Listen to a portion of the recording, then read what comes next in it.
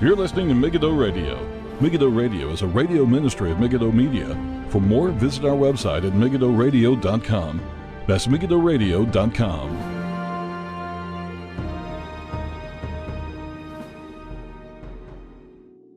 Good evening, everybody. Welcome. This is Paul Flynn with MEGIDDO Radio for the 2nd of June, 2018. Thank you all for tuning in. On tonight's program, we're going to be looking once again at the recent vote in the Republic of Ireland, in which the country which I currently live in voted to amend or repeal, or appeal, not amend, the Eighth Amendment. The Eighth Amendment protected the rights of the unborn child and gave an equality before law of the mother and the unborn. And it's an incredibly sad situation. 2 shows ago, I talked about this, and there's a review that was done on RT on the Claire Byrne live program, which we're going to be looking at tonight, and also a few of the fallouts. Ireland was one of 7 countries in the world that did not allow abortion, which is it's staggering where the nations of the world are, that they allow the most defenseless in our society to be killed in the name of progress or compassion. And I remember commenting on Twitter there recently, it's just astonishing how socialist, leftist, communist, whatever you want to call it, and usually there's not a huge, massive difference, totalitarians of different stripes who believe that the state is God and whatever the state says, and as long as it's law, or as long as the majority of people believe such a thing, therefore makes it morally right. What the Nazis did in Nazi Germany was legal in that country. Doesn't make it right, especially eugenics and various types of people being executed in the womb because they didn't have the right genetic traits. Now you're going to have this in the future. There's no getting away from this. You know, people, this happens in every country, and then the response is, oh, but we're Ireland, as if somehow we're, extra special and all this kind of stuff. There's a virtue signaling overload. Maybe I just didn't notice it before. Maybe it was already there. It's like we're trying to outdo Sweden, which is not a good thing if you're aware of what the Swedes are allowing in their country. But anyway, so we're going to look at a few things, going to look at the program. Basically, what the Irish media is saying is this. The debate is over. And this is what the Yes campaigners are saying as well. The debate is over. I'm so glad, as one of the members of the Dáil, which is basically another name for Parliament, said that I'm so glad this is over. Yeah, this is over. For them, they say, oh, you see that? I mean, it's interesting. They never thought it was over back in 1983 when the pro-choice side lost and the Eighth Amendment was put into the Irish Constitution to give equal rights both to the unborn child as to the mother. But be that as it may, the issue here is, I mean, just because the majority of people support a position does not mean it's morally right. If the majority of people want to, if you have 51% of the people want to kill the other 49%, it doesn't make it morally right. Now, I don't know what percentage of the Germans during the Nazi regime supported what the policies were, but just say it was 51%. Does that make it right?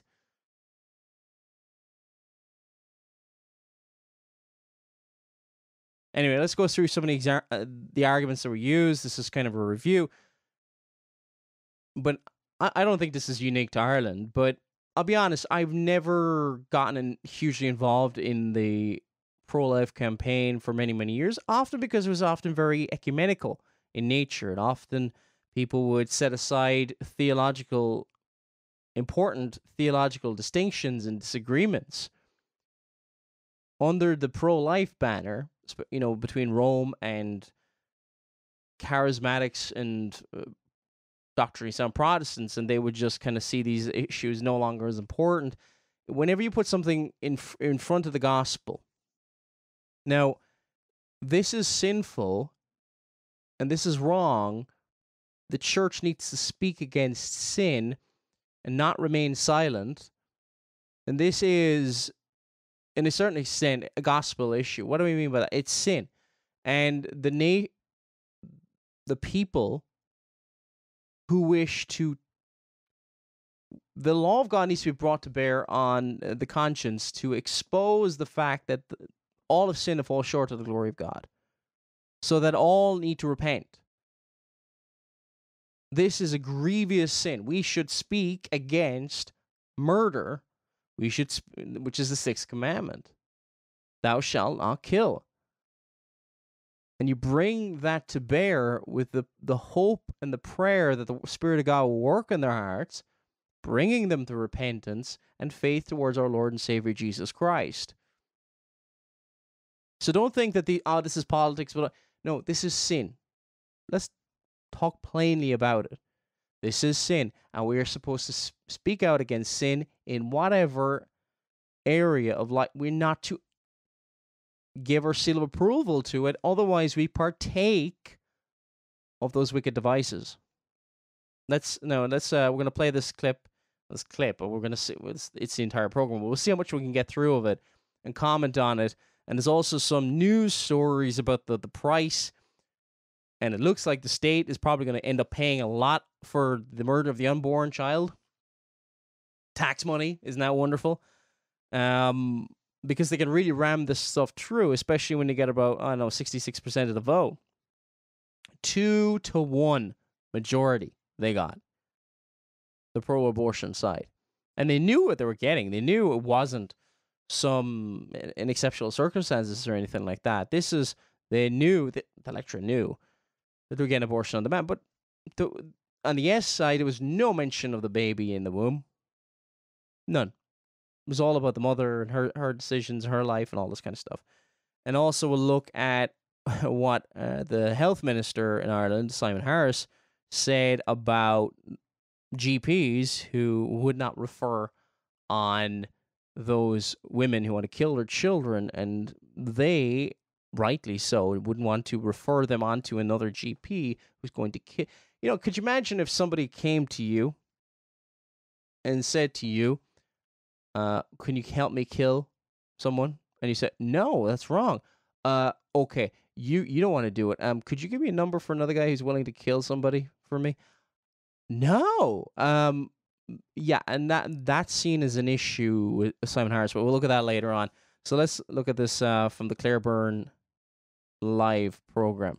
The result of the referendum at the weekend was definitive. The Irish people have chosen to repeal the 8th Amendment. The next step is the process of legislating for the regulation of the termination of pregnancy in Ireland. Now, the minister who will steer that through...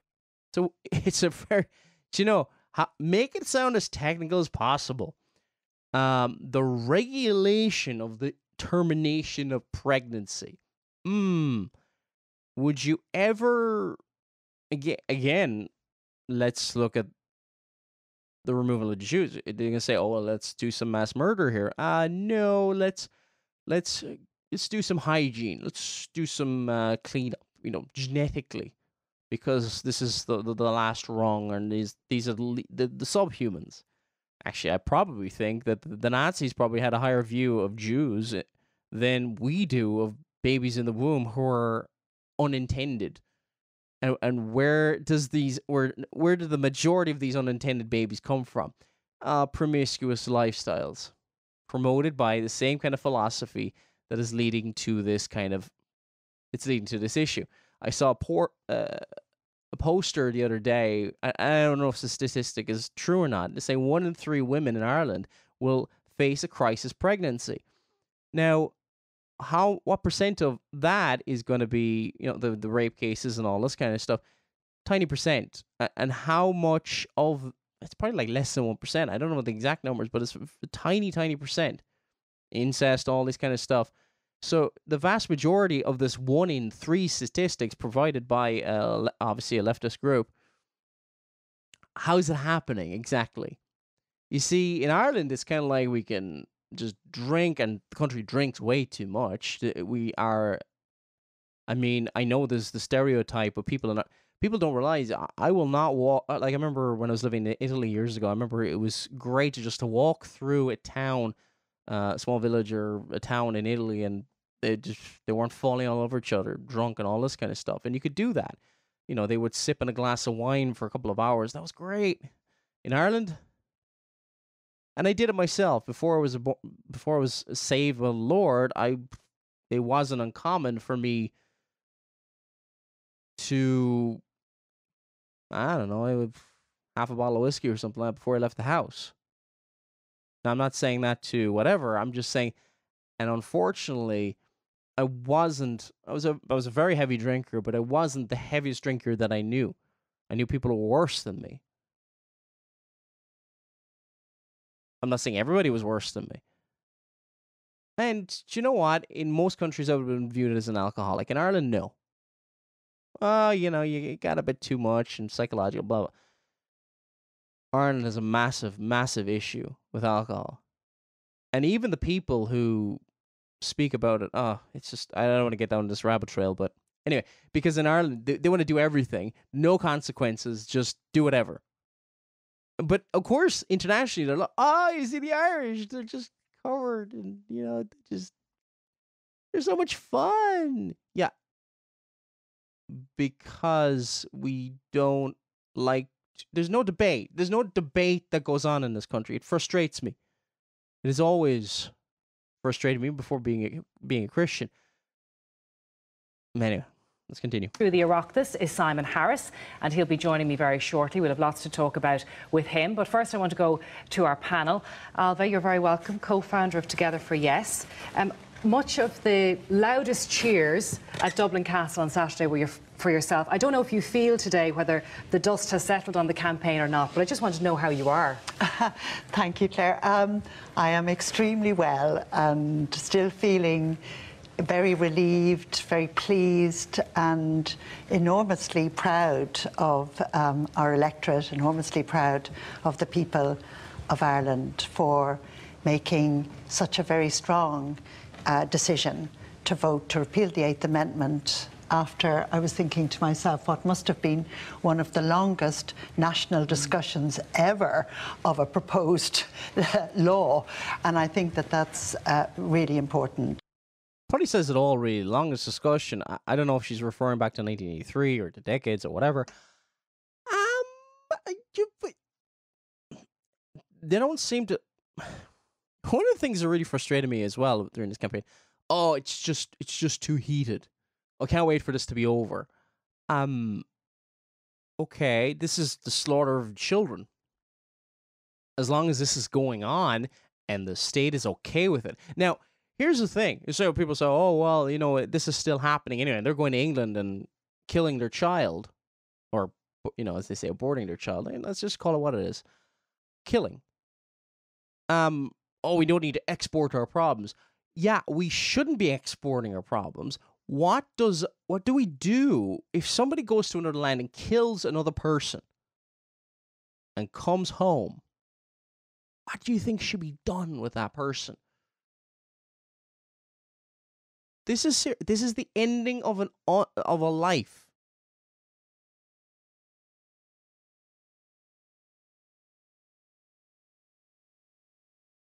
I know it's been said in the pro-life campaign that there's no desire to uphold laws that would, threaten 14 years in prison. That's too lenient.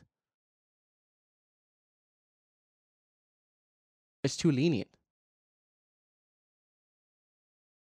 Now, there's no desire, anybody in government, to even uphold that.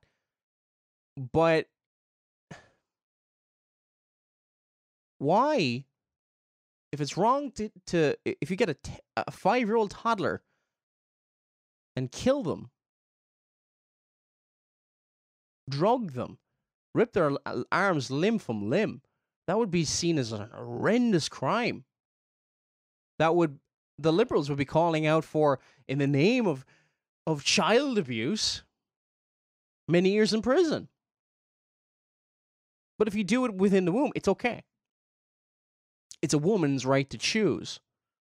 And, you know, when you say, has the dust settled, I think when something as momentous as this happens, and I believe it was hugely momentous, and I expect other people do too, you are a little shell-shocked at the beginning. You are a bit stunned. And I'm thinking that this week is probably going to be the settling time for so many of us as we come to understand over the coming weeks and months and probably years what this really means in terms of our history as a people, what it means for us for the future, and for me always, of course, what it means for women in this country, north and south. Because I was chatting to you just before we sat down here, and you were talking about the campaigns that you've been involved in over the years and how difficult they were. I mean, how did this one compare?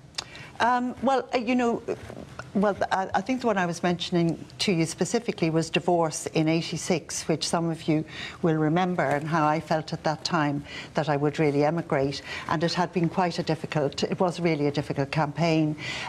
This one, it felt very different somehow. Now, just to comment briefly, look, a divorce is wrong if there's only two grounds biblically that have been given for divorce. One is abandonment, and one is if the other person is unfaithful. So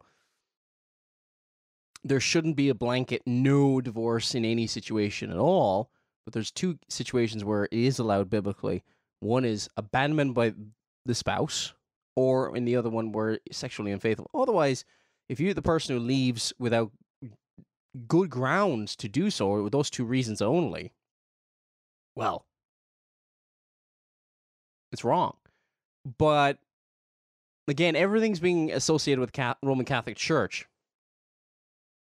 And look, the Roman Catholic Church has been hypocritical. They would often, you know, say, oh, to keep the divorce rate down or whatever, they'd have a lot of annulments. I don't know if that's still going on to modern time, but it did. It certainly did before. But I digress. We knew that this was going to be tough. We knew it would be hard fought.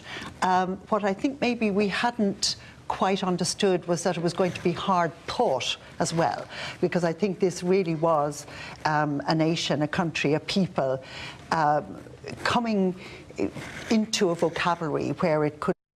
Why is it hard thought? Because you won.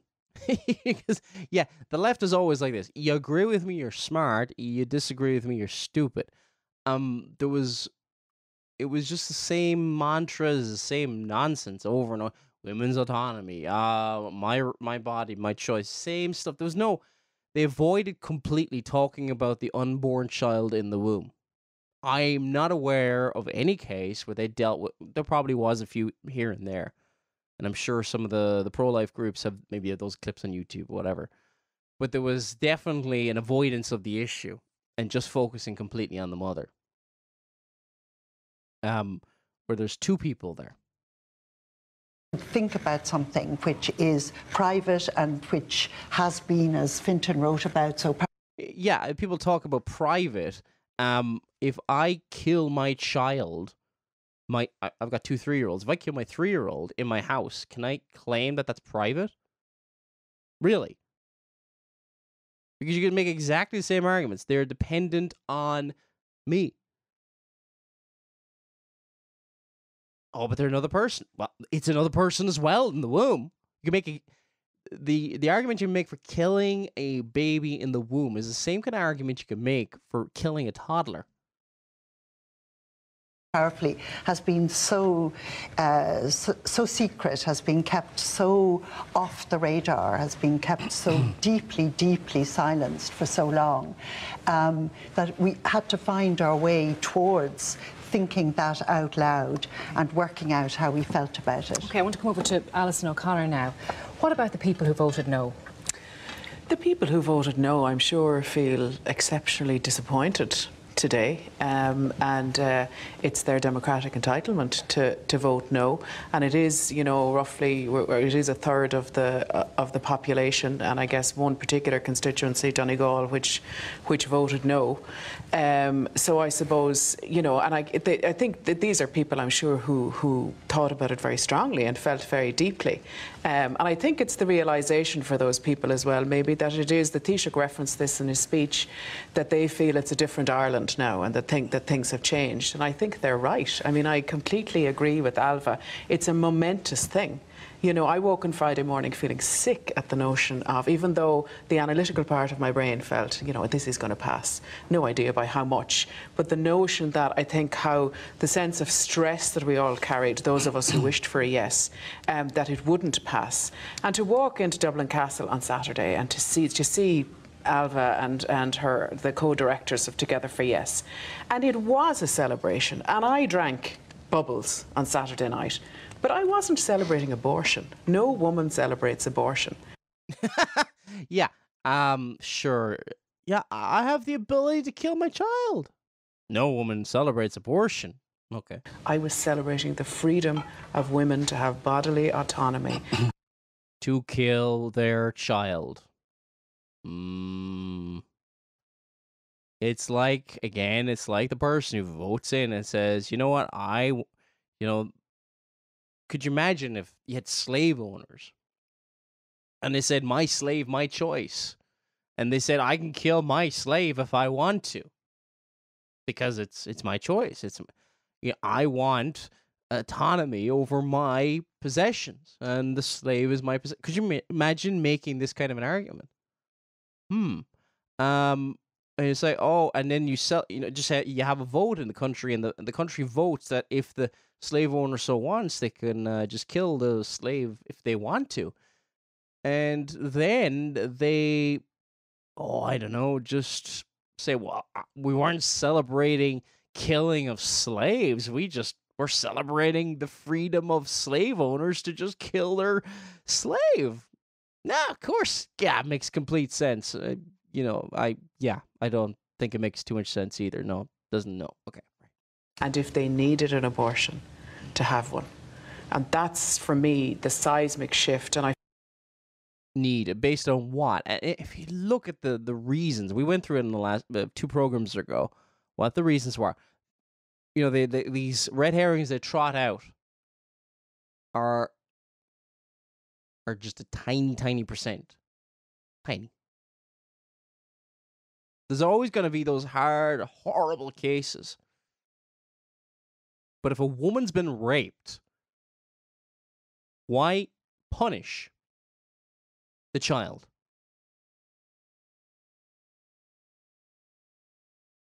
They never talk about the punishment for rapists. The way the law has been set up and the way that, and I remember I was having a conversation with somebody before, and they just stopped the conversation because they realized where it was going to get kind of going. The model penal code, which came out of the sexual revolution and Alfred Kinsey's perverted quote-unquote research, pseudo-research, if you want more on that, go to look up a woman by the name of Dr. Judith Reisman, who's been doing research in this for decades. But through the perverted research from this man, they believed that they could, rehabilitate the rapists and all this kind of stuff in prison, all this kind of stuff, or just, the rape and stuff that was caused by being too repressive. It sounds kind of familiar, doesn't it? Unfortunately, a lot of this stuff is mainstream, and it's not just Kinsey's own perversions. No, it's kind of mainstream.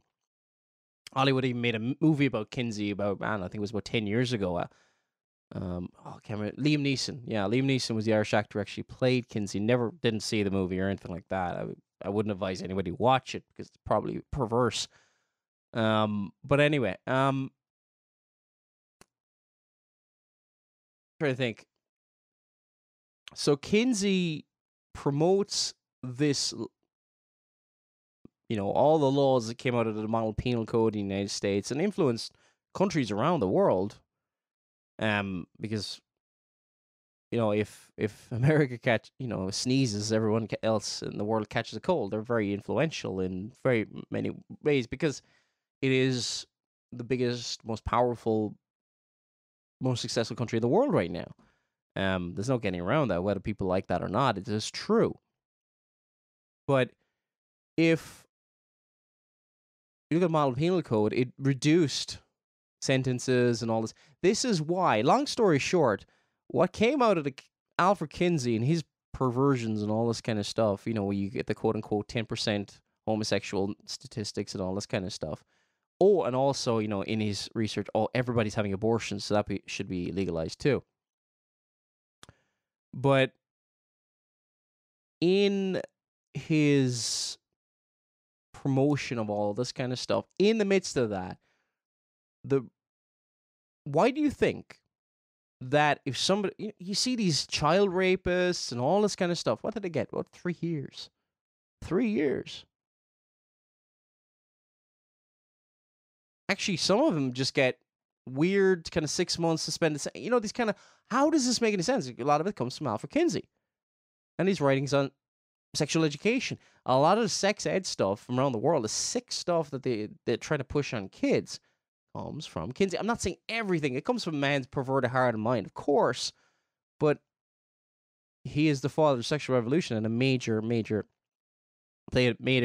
impact. And you can just go to megiddoradio.com and type in the word Alfred Kinsey for more on that, or the word sexual revolution. I did a few programs on that, I think about 2 or 3 at least. So, yeah. So the rapist gets lower and lower number of years. But what happens? The child is, at the end of all this liberalization and all this kind of stuff, and look, it is a hardness of man's heart towards God. It is rebellion against God. This is at the core of all this stuff. But gradually as it goes along, who gets punished? The baby in the womb. I feel so grateful for everyone else who did, and for all the men who voted yes, who care for women, and who are all... They don't care for women. They do not care for women. No, you don't. Look, I know of people in my past, and they would put pressure on people. And I knew a guy years ago who got a woman pregnant. This is long before I was a Christian, and had no interest in being the father.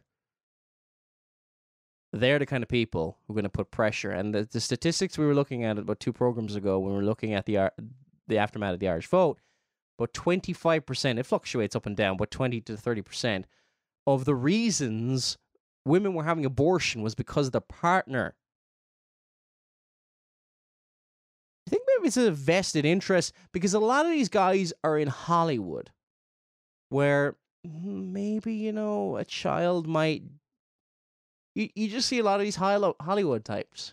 The career comes first, star, fame, and all this kind of stuff, but... So acknowledging that making babies takes 2 people, and to me, it's a maturity.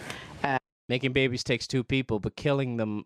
How about the father? Maybe the father doesn't want the child to be killed. No rights. Yes, okay. Fathers have... with feminism, it's always like, and at the end of it, men have 0 rights. 0.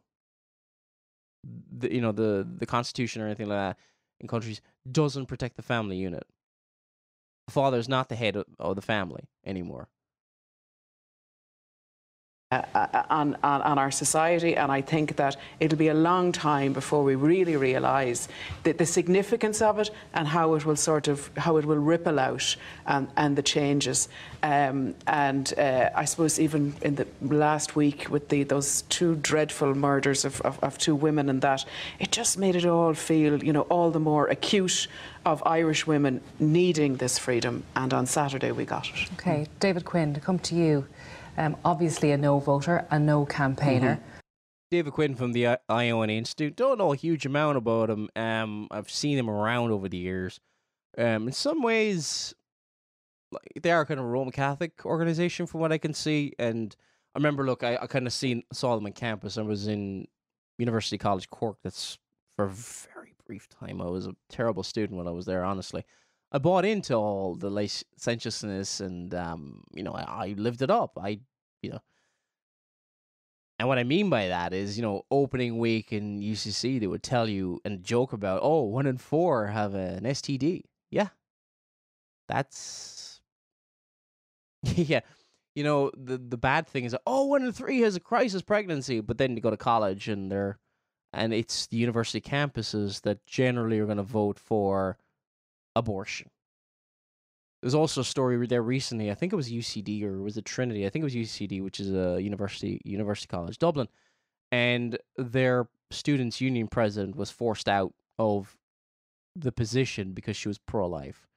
And you're going to see that. You're going to see those who are pro-life or anything just for being pro-life are going to be marginalized and they're going to be pushed out. And they are trying to say to this, you're not welcome. You had your say. This debate is over, and they're trying to shut everything and everyone down. They're trying to, it looks like, push these kind of buffer zones. Trying to get the exact name of the kind of these zones around. Oh, exclusion zones. Sorry, exclusion zones, which would prevent anybody from protesting or anything like that outside of a death mill. And pray that doesn't happen, brethren. That, look, and I don't think we should be screaming at people going into these things and all this kind of stuff, but imploring them, lovingly street preaching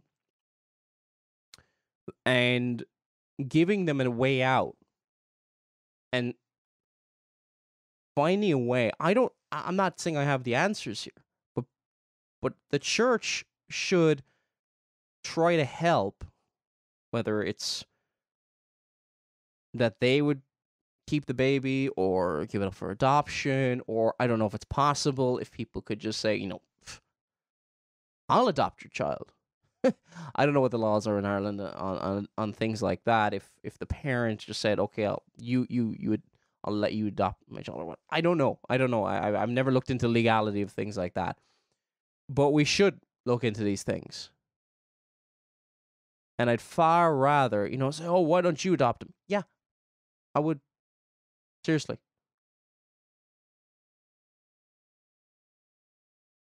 Myself and my wife would love to have more children. Seriously. So we should do whatever it takes to make sure children, lawfully, legally, of course, we're not just saying, oh, it's okay. Oh, there's a democratic decision. Now we're going to support it. Support the murder of unborn children. Are you serious? And just getting back to David Quinn and the Iona Institute, he was the only person on the panel. There's 6 people on the panel. And you've got people from, I'll just try and get the list up here. Together for Yes. Result of the... Oh, sorry there. Okay, on the panel, Eva Smith, Together for Yes. Obviously, Yes campaigner. Mary Lou MacDonald, Sinn Féin, voting for murder of unborn children. They've gone for a different way. They, 20 years ago, 30 years ago, they were bombing parts of Northern Ireland, and unfortunately, the Assembly of Northern Ireland, there are various different people made a horrendous decision to hand over the North to the IRA. There's no, you might say, oh, there's peace and all this kind of stuff. At what price? At what price? And this is, unfortunately, governments around the world do this. You have terrorists and they kill people and they get what they want eventually.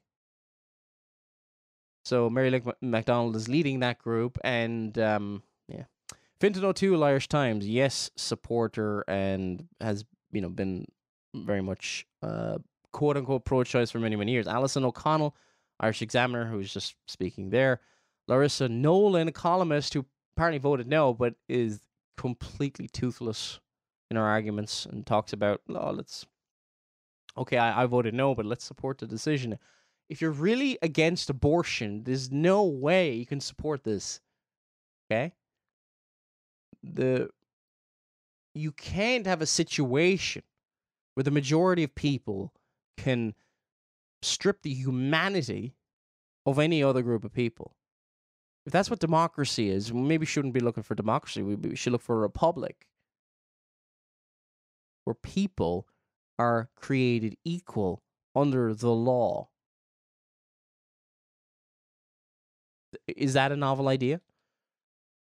And Larissa Nolan, a columnist, I can't remember when I knew, but like she was probably,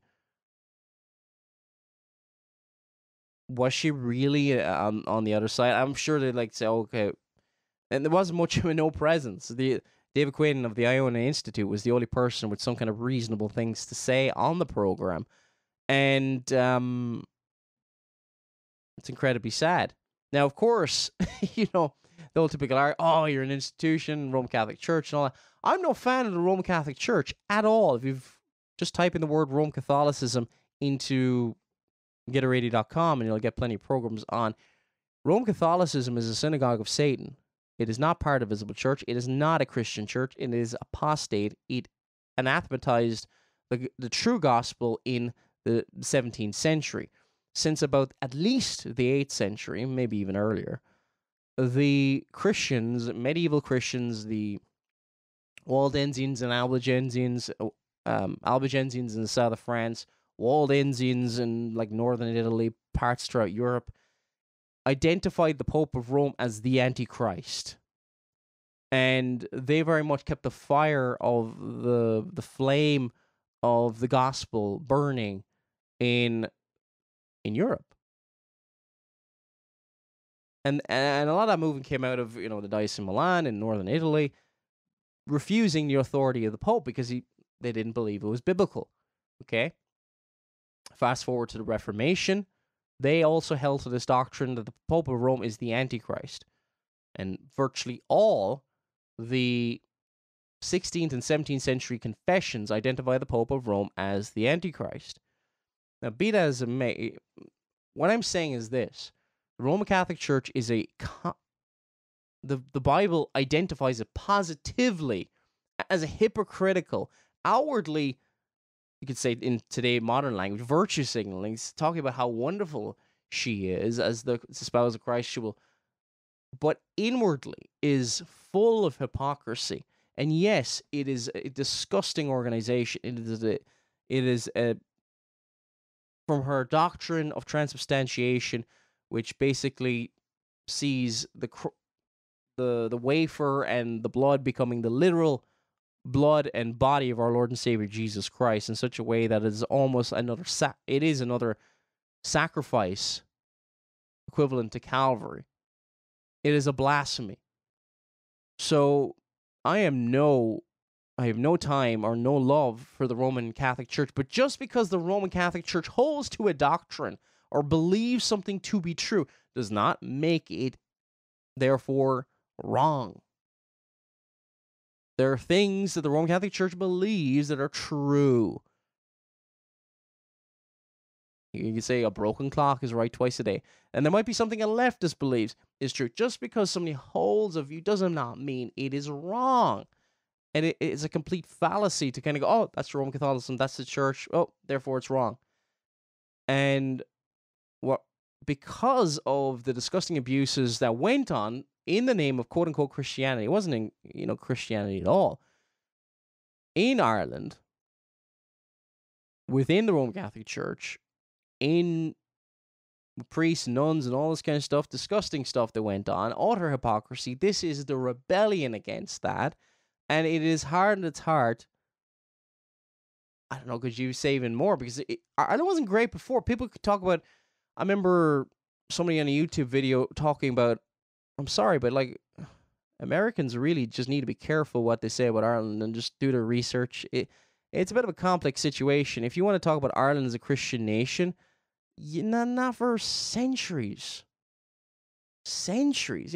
This whole, we used to be a land of saints and scholars. Well, that is kind of been and gone possibly as long as 800 years ago. I know Ireland was covenanted in the Solemn League and Covenant, which took place, when was it, 1643? Anyway, the 1640s, around the time of the Westminster Assembly. Yes, Ireland, the kingdoms of England, Scotland, and Ireland covenanted to obey God. However, much of Ireland was still Roman Catholic and still had issues and was still, there was, pockets of a very, very Protestant and wanted to do this. But, okay, let's talk about the 1640s. Well, you had, Irish Roman Catholics rounding up Protestants, any number between 100,000, we don't know the exact number, and 400,000, the population of Ireland dropped dramatically in the 1640s. And, I've Jesuit writings in Latin talking about just go and kill them, referring to Protestants. Now, Oliver Cromwell came over and stopped the bloodshed and threatened Rome with its cannons, and, that annoyed Rome to the point where now history's been turned on its head, and, now he's seen as a kind of a tyrant because Cromwell came over and stopped Irish Catholics from killing Protestants. Many of them were Irish. I don't know how long they were there. Any number between 100,000, 400,000. Now, RTE, which this program is on RTE, which we're reviewing, they acknowledged, I think it was a documentary, they said 5,000 were killed. The number keeps getting revised down. People do the same thing with the Holocaust, unfortunately. Was it really 6 million? And then the number gets smaller and smaller, and then eventually they say, that never happened at all. The Roman Catholic Church, segments of the Roman Catholic Church at least, kind of, their apologists will sometimes go, the Spanish Inquisition, it wasn't as bad as they said, it was a few people here and there, and then eventually it's like, this is complete Protestant mythology, that only came from John Fox, there's nothing from it anywhere else, and whatever. That's what people do with things, and it's gradual tweaking, and so that's, you have to be very careful studying Irish history, and I'm not saying I'm an expert, I'm not. I'm merely a guy who's kind of starting to study it myself. I haven't had the opportunities I've had. Hopefully I'll be able to do that over the next couple of years, hopefully to be able to do it more. But Irish, there's so much pseudo-history from Ireland, and you gotta be really careful. My advice, if you're studying something from history, try and get first-hand primary sources, or at least books as close as possible to the event. And if you're going to study about Ireland, try and get books that are over 100 years old from other perspectives. And it's quite different to what you're being told today. Is it important? Yeah, it's very important to understand. Blaming the British Empire for every single issue in Ireland is naive and foolish. The problems in Ireland for centuries have always come from our hearts. I'm sure at times outside forces have done stuff here and there, but much of the problems, majority of them, they've been our own creation. In the same way Venezuela today has to own up for its own problems and not go blame the United States. Oh, but the CIA... You wanted socialism, you're going to get it. You want to make the state God in control of everything? Look at Venezuela. Look at the state it's in. And a couple of years ago, people like Jerry Corbyn, who was the leader of the Labour Party and scarily might become Prime Minister of Britain in the future, they were singing the praises of Hugo Chavez. Very much a darling of the left. But anyway, let's get back to our program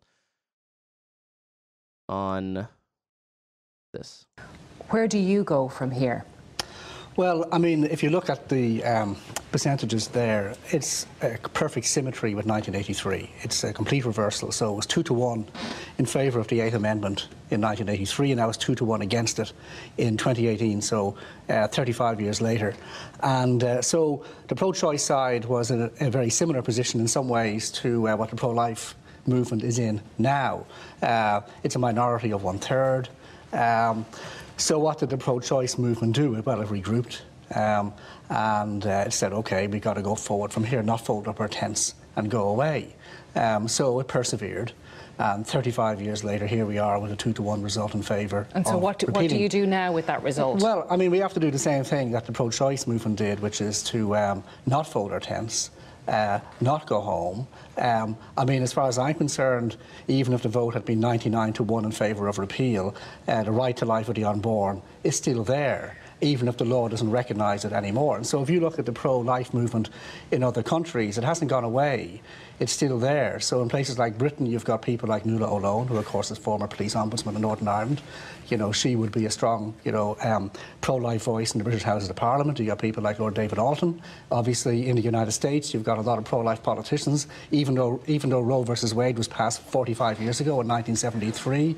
So we you're have to saying, despite that result, you're not going anywhere, but there are any people... more than the pro. You say, despite that result, what is a result? What do you want, Claire? You want them to go away? Choice movement. But there are people who say you should fold your tent, and there are people who say you're not representative of anybody, and that's what the result should tell you. You're not representative of any. People say that. Oh, but RTE aren't saying that. It's very much the message from the Irish media, the leftist Irish media, is you should go away. Just go away. We don't want to hear anymore. The debate is over. This was almost constantly in every speech I heard. It's over. Oh, I'm so glad it's over. 35. I don't know how many years between, 1983 when the 8th Amendment came in and now. What do you say to that? Well, you see, that wasn't said in 1983. No, what was said at the weekend? Yeah, well, that's what's important. I mean, that's kind of alarming, really. It is alarming because it's like not only are they saying, okay, women can kill their child legally by law, it's now also being said, oh, apparently this result means, oh, you need to go away. You need to go away. Yeah, it is kind of, if Ireland doesn't believe in any kind of debate, especially the Irish media. And I hope and I pray that all the people will. I don't have the time to go through and stuff like that. And hopefully if people can point me towards real journalists on this island. I'm talking about the Republic. I mean, I'm sure there's some in Northern Ireland, but I'm not aware of them because the Irish media is just drivel. Absolute drivel. I mean, and it has been for a very long time. The journalistic standards are abysmal. And I don't know how long they've been abysmal. People don't know how to research a story, and that's not unique to Ireland, I suppose. But I think it's much worse here. At least in places like the United States, you'll have people who will do investigative journalism and things like that. You'll have, the likes of, Ben Shapiro and, there's not a long list. There's even a few people here and there in Fox. Not a fan of Fox or anything like that, but I'm just saying that there's a few people here and there. You'll get some independent people. Standards aren't great, don't get me wrong.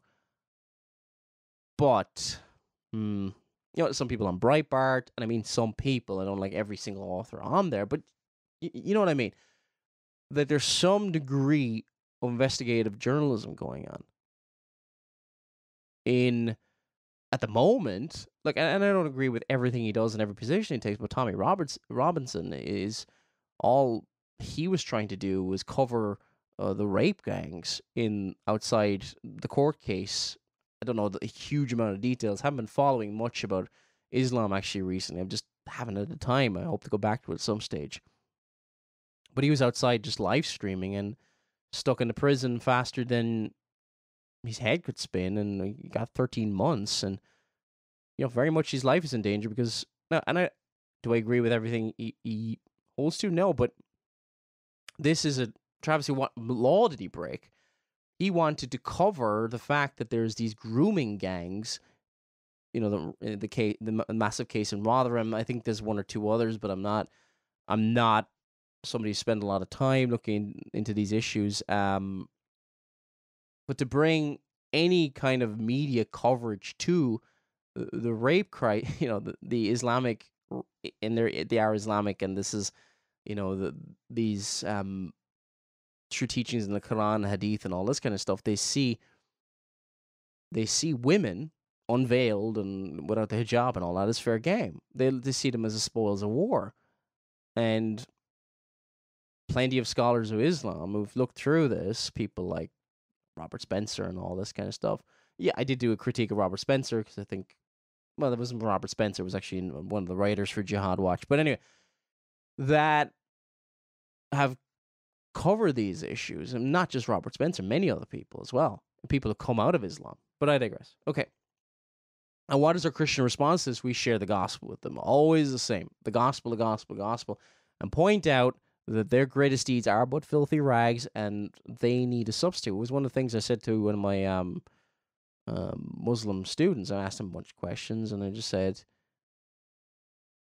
asked him about who is God, and does he demand moral perfection, and all this kind of stuff. And that's where you start.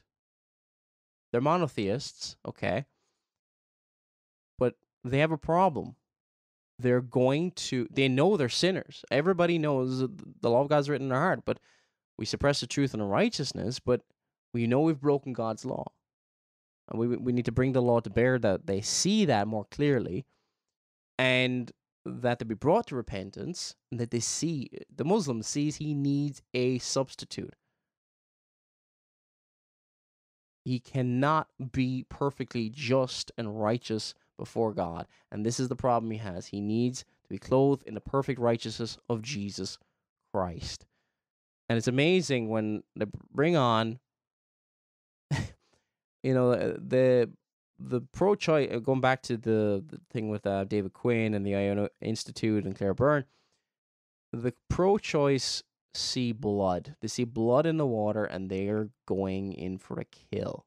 That's what I see. Because because that's something I felt very strongly in the last couple of weeks. I mean, you look at Together. And David Quinn was very respectful, but she bumped in, and Claire Byrne really should have let David Quinn actually speak, but didn't get a huge amount of time. For yes, nearly 100 groups, joined together. And a remarkable thing that we saw no breach of that during the campaign. I'm sure there were rows behind the scenes, Alva, perhaps not. No, actually, but okay, fair enough. We never. So I look at, we'll say, the Iona Institute, and I think to myself, well, first of all, why is it an institute? What in the world? And this passes, I don't know. It's not the only reason I don't have a television, but this passes for argumentation. Would you get away with it? Yeah, you would in some countries, but it's just like, what? Why is it an institute? What? For crying out loud. There's lots of groups called institutes. Let's continue. Who are these people that are sort of the moral guardians of female nether regions? Who are these people? Just kind of maybe Google them. I mean, again, the Roman Catholic group, I'm not a fan of any Roman Catholic groups, but, they make them sound like some kind of nefarious group. Why?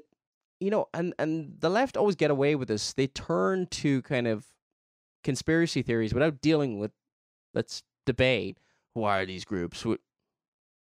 And the apparent evil that is therein. Now, don't get the apparent evil. Again, it is talking about, just quoting from the Irish Independent, who I think is she a columnist for, I'm forgetting. The second, this is in the Irish Independent. No, it's actually, she was with the Irish Examiner, sorry. the Irish Independent says, Shona Murray writes, and this is one of the abortion pills that they believe will be used in Ireland. There's 2 abortion pills. The second one, there's the first one and the second one. The second one, it says, the second one, misoprostol, I'm probably mispronouncing that, makes the womb contract and triggers the loss of pregnancy, similar to a miscarriage. Similar to, look, it's causing a miscarriage, which is causing intentionally the death of the child.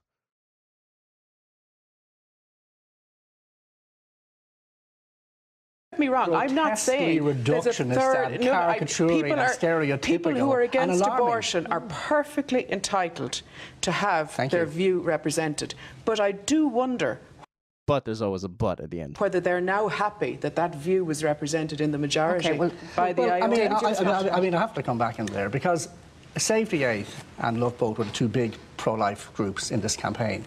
Iona was not, but we seem to have some canvassing. But Maria Steen was obviously on this programme. Okay, I'm just going to fast forward this because... Okay, I want to look at this response, and this is one of the things that I worry about. There's a woman on here. Was this? I'll just bring her on now. The other no voter. I'm going to call her just a no voter. She's not a no campaigner because... Let's respond to this, and I think this is almost worse. I don't know, could you say it's worse? This kind of on the fence. How can you be on the fence in this issue? But anyway, let's play this.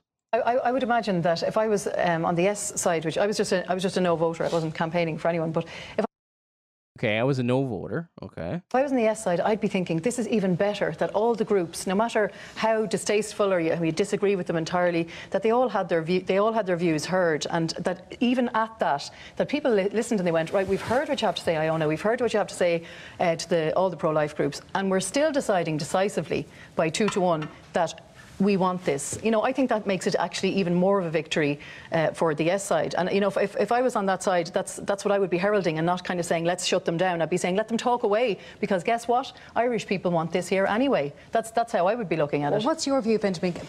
Do we have 2 tribes? No. Yeah, it's like... I don't know where to start with that.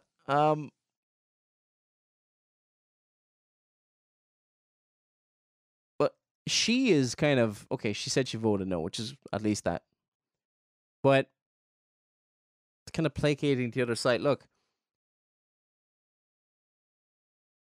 the entire, how much of the media is again, yeah, unfortunately, look, people can blame the media, people can blame the institutions or the politicians, whatever. The politicians there represent the people.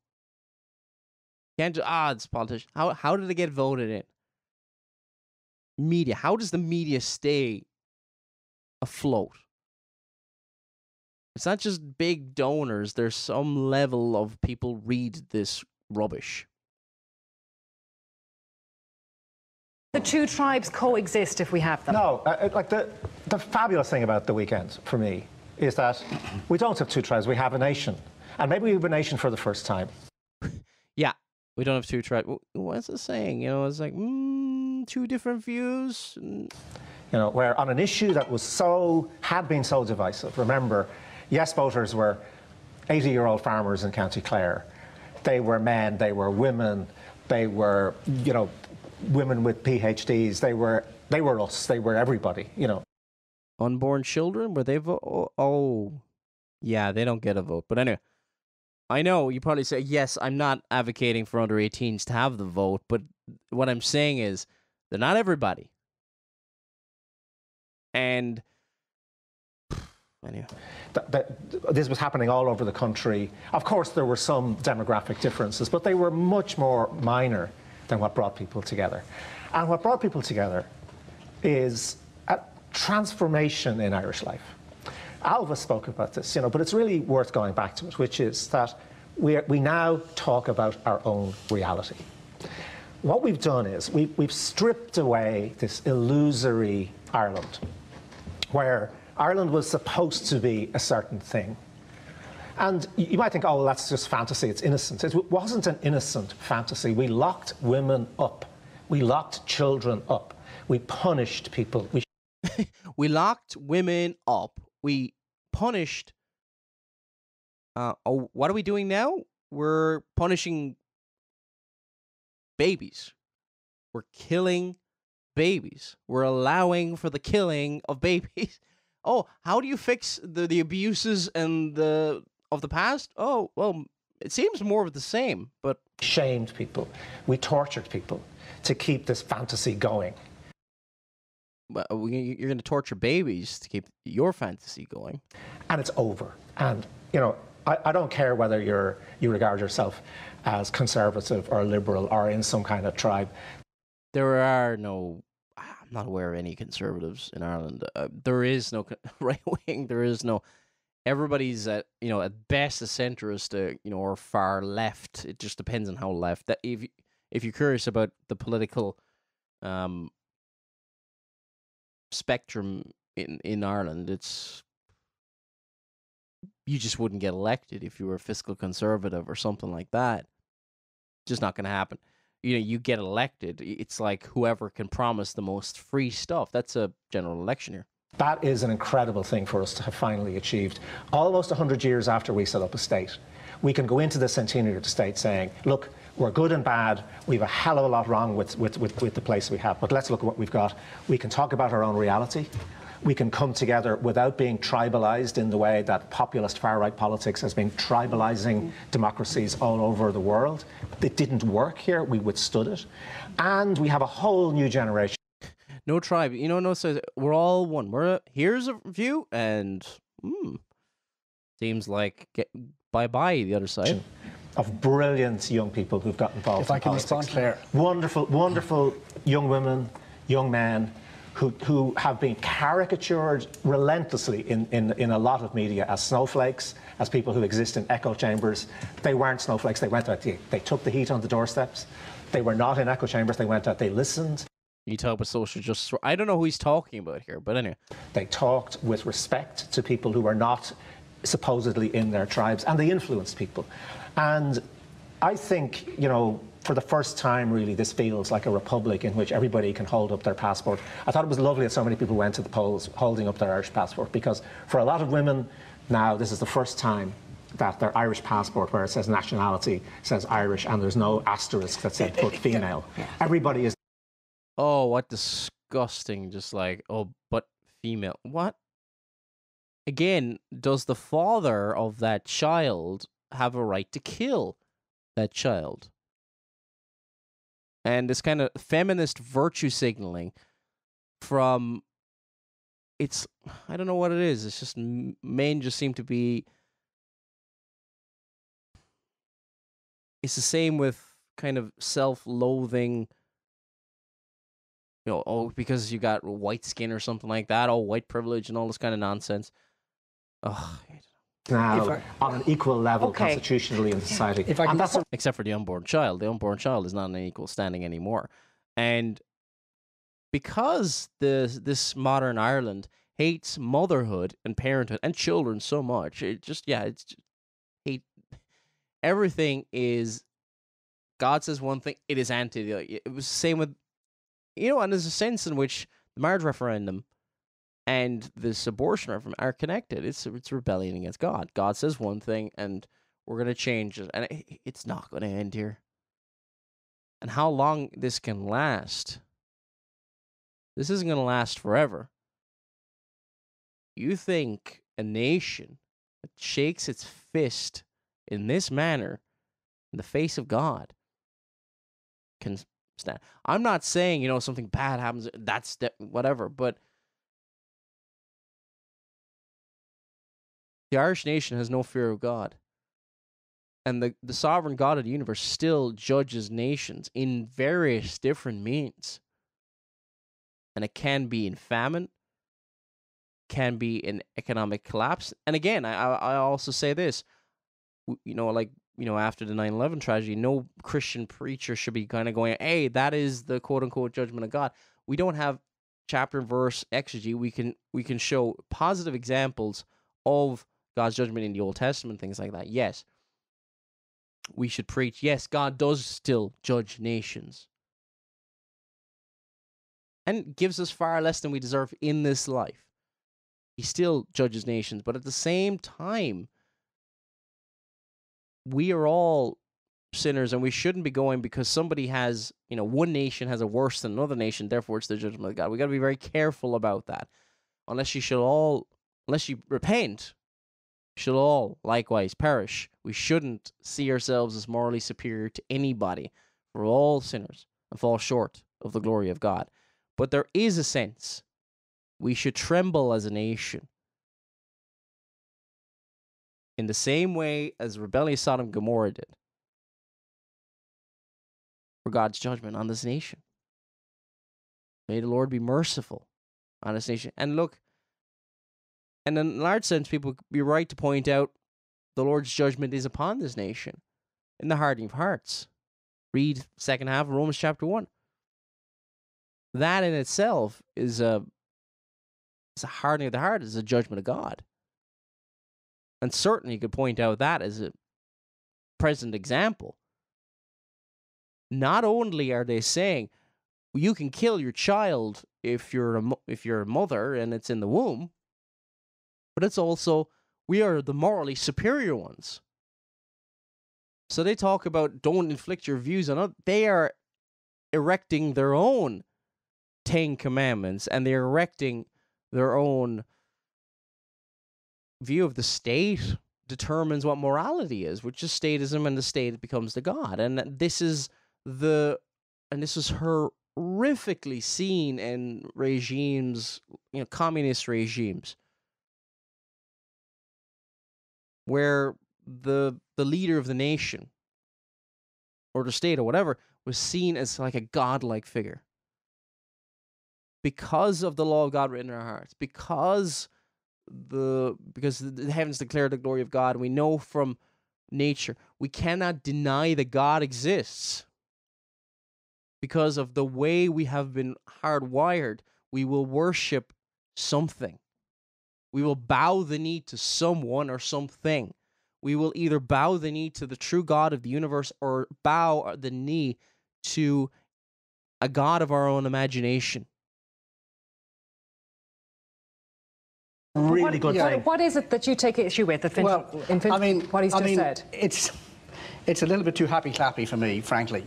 If you take a society like Britain, there's 200,000 abortions a year in Britain, so it's one abortion for every 4 live births. It's about the same in France. It's about the same in Sweden. Well, there's no point in rerunning the debate now because the debate has been had. But that's about. And notice how Claire Byrne was like, you can't bring that up. You can only just talk about on this program how great abortion is, how great it is to be able to murder your child, and how wonderful, and we're a nation anyway, but bring up any reasons against the killing of unborn children. Oh, well, the debate's over. And RT will pretend and patronize you to claim that they are unbiased. Very sobering fact. And it's not a happy fact, okay? So, I really hope we don't end up with those kind of rates. I hope, and I think everybody here hopes that doesn't happen here. But they are very sobering facts, and I'm not sure that British society or French or Danish or Swedish is superior to us. Why not talk about Irish society? Why not talk about Irish society, David? Why are you always... One of the things... Why not talk about Irish society? Because Irish people are fantastic, are amazing. And you know what? We've been patted on the back so much. Everybody likes us. Oh, the Irish are amazing. Why? Why are we amazing? Because we're, countries around the world like us because you're the party animal. Yeah. That's the Irish. That's what they're like around the world. What do we do?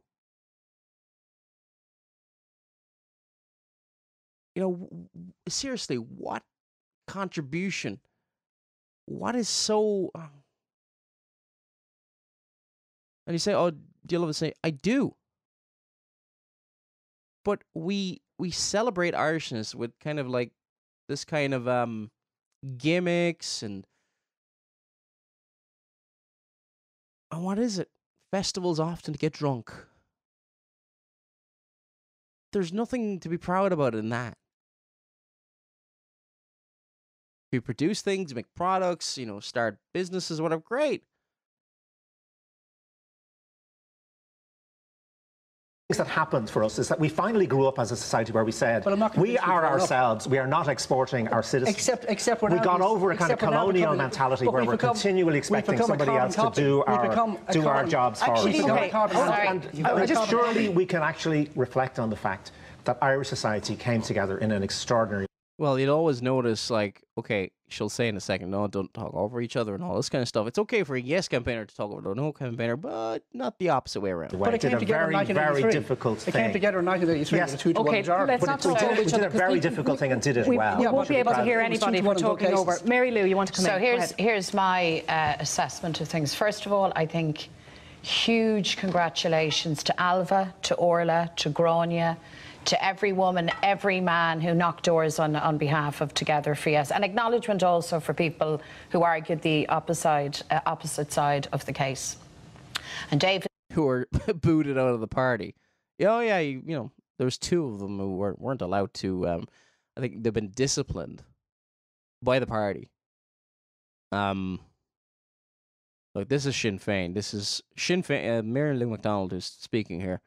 Again, Sinn Féin... IRA. If you think of Sinn Féin, just think of the IRA. They may not be butchering people in exactly the same way they did, but now they're doing it politically. It's they are a disgusting organization. And people have accepted it more and more and more. On the name of peace. It's basically saying what? And that you have to appease. They were letting the government in Northern Ireland, which was a colossal mistake. I can kind of, from a certain viewpoint, understand why certain people went into government and things like that, but it was a mistake. It says that he's now going to regroup and they're not going to pack up their tent and all the rest of it. But I would suggest to you that what's fundamentally changed now is that the need for a campaign is actually over. Because, you see, before the weekend, those with what they would describe as a... More the same message. Go away. The need for a campaign is over. It's done. It's finished. Go bye. Bye, bye, bye. Pro-life position had not alone their own position vindicated in law, they had in fact that position as they understood it enforced on women across the board. What has now changed is not for those citizens who are pro-life or who describe themselves in that way and for whom abortion will never be an option. It would be unconscionable for them. I respect that. This nonsense of, oh, you respect. No, you don't. No, you don't. Oh, I would never kill my child, but it's okay if you do. Are you serious? To consent and give the thumbs up to somebody else doing something sinful is to partake in that sin. And there's going to come a... We're going to look at it in a second, some of the articles. We're just going to finish up with Mary Lou McDonald and just responding to her. But what's changed now is that they don't have their way or their will imposed in law on every woman in this jurisdiction. So what's imposed on the unborn baby? I think that is a good thing. I think that's at the essence of the... Just the hypocrisy drives me crazy. I mean, they talk about imposing their views on others. This is a group that... And if they want to have a new start and say that we have nothing to do with the past anymore, well, maybe rebrand and have a new name or something like that. They got their views and their nationalist views, and they killed for it. They bombed for it, women and children. And this is the group coming to us in virtue signaling. This is Sinn Féin. This is Mary Lou McDonald. And I've never seen any remorse for their murders up and down the country. Actually, if anything, they still justify it. Let's look at 2 stories just to finish off this program. Another sad. See, I think it's like around the world. One reason I cover this as well is because, well, I live in this country, and I kind of want to do more stories relating to this country. But also, the eyes of the world are looking at Ireland. And there's another story to be told, and I'm sure the people are looking into it far more than I am, of international philanthropists pumping money into Ireland and shaping the narrative, especially in media and academia. A lot of that kind of came out with the marriage referendum. And, of course, you know what Channel 4 talk about? They talk about, some random person getting a Facebook page and putting up ads showing pro-choice views or something like that. And that's what they focus on, of course, because Channel 4 are propagandists. They're Channel 4 in the UK. Now, 2 stories I want to look at really quickly just to wrap up this program. GPs who refuse to refer on patients seeking an abortion will need to respect, quote, law of the land, unquote. And this is a quote that comes from Simon Harris. Long story short, there's a couple of different proposals. And to an extent, we don't know exactly what's going to happen. But in response to, and it seems like there will be up to 12 weeks abortion on demand, and then quote-unquote exceptional cases, whatever that will be. We'll find out in due time. They're being exceptionally efficient, and, they're going to have summer sessions as well. It's amazing that anything else is not nearly as important. Killing children? Oh, yeah, we're going to work overtime just to have this in place. So, in this article, this is from the journal.ie. Conscience objection would be provided for under the new regime. Harris added that the GPs who objected to abortion would have to refer patients elsewhere. This is important.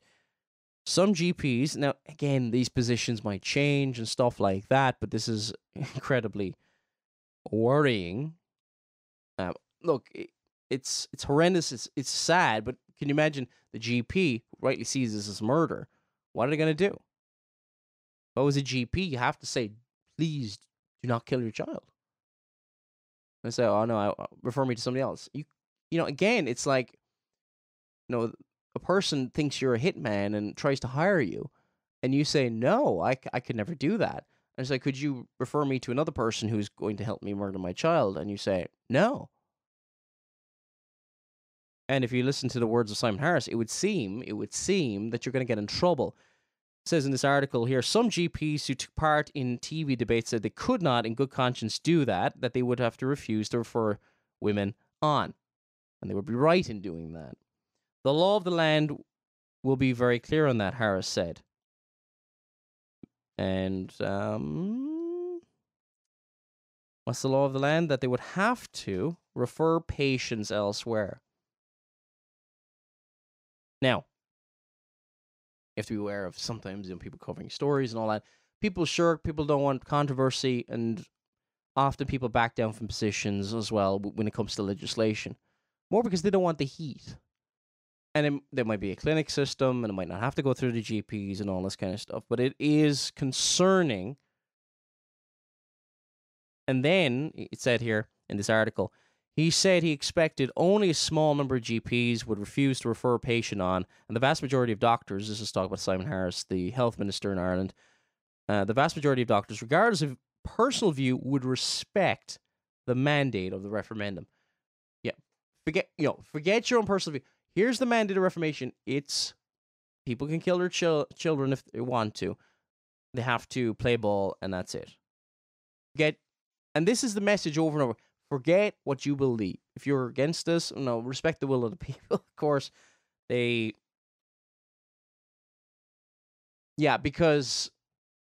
the pro-choice doctors in the land really respected the law of the land, which threatened up to, well, it's probably going to change now, but threatens up to 14 years in prison or something like that, and then told them, I don't know, some of them probably did, send them to England or whatever in order to kill their child. I mean, they really respected the man. Did surely, I mean, is there going to be prison for these GPs who say, I cannot refer you on to another GP who's going to allow you to do this? It's amazing the double standards, is it not? But anyway, revealed most abortions, this is a headline from the Irish Independent, revealed most abortions carried out here expected to cost in the region of €300. And it says here that it is expected, and the Irish Independent say that this is according to well-placed medical sources. So, considering the quality of the Irish media, you always have to take things with a pinch of salt, but it seems to be fairly well grounded. Now, according to the well-placed medical sources, it is expected the abortion pills, which are be used in the vast majority of terminations, will come under the drugs payment scheme, which sets a limit of €134 for any approved prescribed drugs or medicines. So basically, taxpayer money is going to be used in the murdering of children if this report is correct. And then at the end of this article, you can look at this article online. Again, it's the irishindependent.ie from the 28th of May. Shona Murray wrote this, and it says here, it's likely medical card holders will be able to access the pill for free. It's talking about the pill that causes the miscarriage and the intentional miscarriage of the child. Murder. Okay, it doesn't make it any better. Just because it's a pill. Could you imagine? And if you think that's okay, are you okay with somebody who gets a pill and puts it into somebody's drink? And, if you do that with a leader of a nation, it's called an assassination or something like that. So it doesn't make it any better. So, and there's a section of people, if you earn under a certain amount in Ireland, you get a medical card. I don't know what the exact numbers are or whatever. So those people who are low, how many of those will be able to go to doctors and be able to get free abortion pills paid by the Irish state? Let that sink in. Oh, we respect you, and you don't have to participate in it, but your tax money goes towards the murdering of children. What kills me is the people who support this kind of butchering and all this will protest and speak out against, like a lot of socialists in the Irish Parliament, against the Americans coming over and refueling in Shannon and all this kind of stuff. They're against war, they're against any kind of a war, but they're not against killing of children. And there's a group that needs to be researched by people, the Irish Family Planning Association, but I'm not going to talk much more about that, but I think people need to do their own research on that, especially if people... Are there any real journalists out there in Ireland? I pray there are. Research that group and see how where their influence may lie. What else is there more to say? It's another